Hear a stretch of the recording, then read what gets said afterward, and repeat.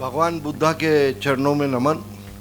आदरणीय भंते जी जो गया से आए हैं और आदरणीय भंते जी बुल्ढाना, हमारे बुद्धा चैनल के सचिन मून, मिसेज मून और नागपुरे जी, आप सबका अभिनंदन करता हूँ कि बुद्धा का संदेश पूर्ण जगत में जा ही रहा है और जाएगा और लोगों की भ्रांतियों को स्पष्टीकरण करेगा। आज का युग सर्वदलीय, वो सर्वधर्म संभाव का है। बुद्धा ने बहुत सरलता में कहा है कि सबसे पहले स्वयं को पहचानो, श्वास में पहचानो या ध्यान में पहचानो, और फिर मार्ग बताए हैं शांति का। आज शांति के लिए हम देख रहे हैं कि विश्व के अंदर कुत्ते बिल्ली सरीके रसिया, फिलिस्तीन, इजराइल लड़ रहे हैं। यदि वो बुद्धा के सिद्धांतों पर चलते तो शायद युद्ध की जरूरत नहीं होती। इसी प्रकार हम मार्ग कर रहे हैं। अभी हमारे यहाँ चुनाव भी है और होते रहे और होते रहेंगे। जातिवाद को किस रूप के अंदर बांट बांट के नोच के वोटों के रूप में बटोरने की कोशिश की जाती है, जबकि बुद्धा हो या राम हो या कृष्ण हो, इन्होंने कभी धर्म को बांटा नहीं है। धर्म और अधर्म के लिए उनकी लड़ाई रही, मत रहे। बुद्धा ने बहुत सरल में, सबसे पहले अभी डॉक्टर साहब आए थे, उन्होंने बताया था कि अनेक बीमारियों का इलाज ध्यान, प्राणायाम और योगा के माध्यम से हो सकता है। इसकी हम रिसर्च कर रहे हैं और हम आपको बताते हैं कि हिंदुस्तान का पहला हॉस्पिटल, जहां हम लोगों के पास 65,000 फुट जगह है, वहां हमने नेचुरोपैथी सेंटर डाला है। उसमें ध्यान, योगा और प्राणायाम रखा है। और ध्यान और प्राणायाम और भाव, इसके माध्यम से खुद का तो इलाज होता ही है। हमारे यहाँ एक माता जी है, मैं माता जी इसलिए कह रहा हूँ कि वो परिवार में अकेली है, जबकि वो BA, B.Ed, LLB है। वो हमारे लिए प्रार्थना करती है तो मुझसे लाभ मिलता है।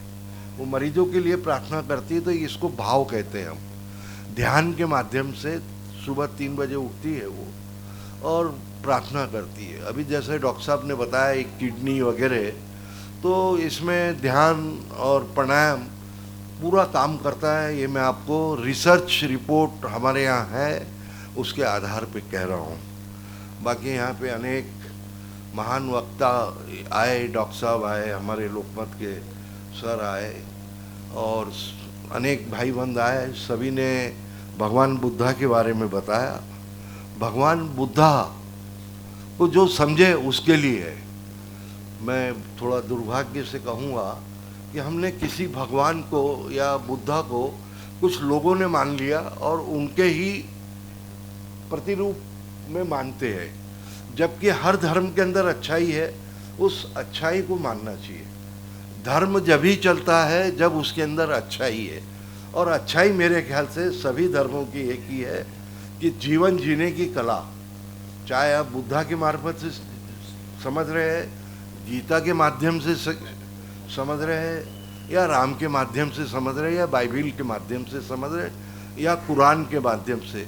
मुझे सौभाग्य है, मैंने पांचों के, कुरान, बुद्धा और बाइबिल और गीता, रामायण सभी को पढ़ने का सौभाग्य पाया है, क्योंकि मैं उस परिवार से हूँ जिन्होंने भगवान बुद्ध पर भी ग्रंथ लिखा। वो संस्थान का नाम है गीता प्रेस गोरखपुर। उनके संपादक थे हमारे दादाश्री हनुमान प्रसाद जी पोता। और रही बुद्धा की बात, तो मैं बहुत करीब रहा हूँ। हमारे पिताजी के फूफा जी थे विपस्निया के संस्थापक सत्यनारायण जी गोयनका।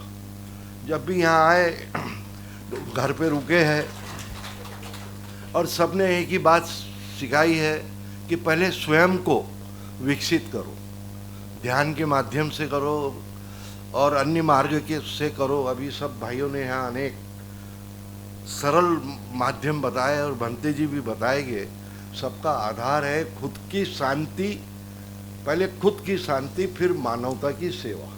मेरे ख्याल से इसके अंतर्गत अनेक ब्रांचेस आ जाएंगी। शांति के लिए बुद्धा का ध्यान है, प्राणायाम है, जो वर्ल्ड रिनाउंड है। चाहे आप ओशो को देख लो या श्री श्री रविशंकर जी को देख लो, वो ध्यान प्राणायाम का आधार और बेस बुद्धा का ही है। और अनेक, जैसे कि हमें अभी एक भाई साहब ने धीर रहना चाहिए, ये भी बुद्धा का पैसेंस रहना चाहिए, चित्त शुद्ध रहना चाहिए, ये सभी बातें लागू होती है। और मैं राधा कृष्ण हॉस्पिटल से बिलोंग करता हूँ, जहाँ लगभग 1000 ऑपरेशन, 1500 ऑपरेशन हम निःशुल्क फ्री करते हैं, जिसमें हार्ट के भी ऑपरेशन है जो 1 लाख 1.5 लाख के होते हैं, किडनी के अंदर पत्थर के भी ऑपरेशन होते हैं। मैं ये जानकारी इसलिए दे रहा हूँ कि आपके पास किसी भी समाज का, क्योंकि मैं सचिन को इसलिए लाइक करता हूँ कि हमारी वेवलेंथ मिलती है, हमारे यहाँ न जात है न पात है, जो आ जाए ये हमारा सेवा करने का सौभाग्य समझते हैं। और अनेक प्रकार की, जैसे किडनी में पत्थर है, हार्ट में है, ये ऑर्थो के ऑपरेशंस है, ऐसे अनेक ऑपरेशन निःशुल्क भी करते हैं। और थोड़ा जिसका लेवल ऊंचा हो उनको 50% तक, यानी मिडिल क्लास। सबसे ज़्यादा दुखी कौन है? लोअर इनकम वाला। मैं लोअर कास्ट नहीं कह रहा हूँ, लोअर इनकम वाला या मिडिल इनकम वाला, उसके लिए राधा कृष्ण हॉस्पिटल भगवान की दया से पूर्ण विदर्भा में फेमस है। अनेक बार कैंपों के माध्यम से हम लोग कर रहे हैं।